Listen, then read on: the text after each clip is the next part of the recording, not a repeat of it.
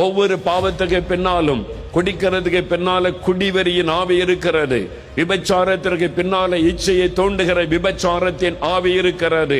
சூதாட்டத்துக்கு பின்னால லஞ்சத்துக்கு பின்னால பண ஆசையை தோண்டுகிற ஒரு ஆவி கரியை செய்கிறது. குடும்ப சமாதானத்தை கெடுக்கும்படி சந்தேகத்தின் ஆவி வீட்டுக்குள்ளே நுழைகிறது.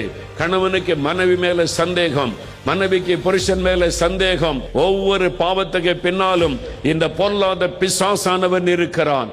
அவன் அப்படியே அடிமையாக்கி விடுகிறான். தப்பு என்று தெரிகிறது, விட முடியவில்லையே. பாவம் என்று தெரிகிறது, விட முடியவில்லையே. இதுதான் மனிதனுடைய ஏக்கம்.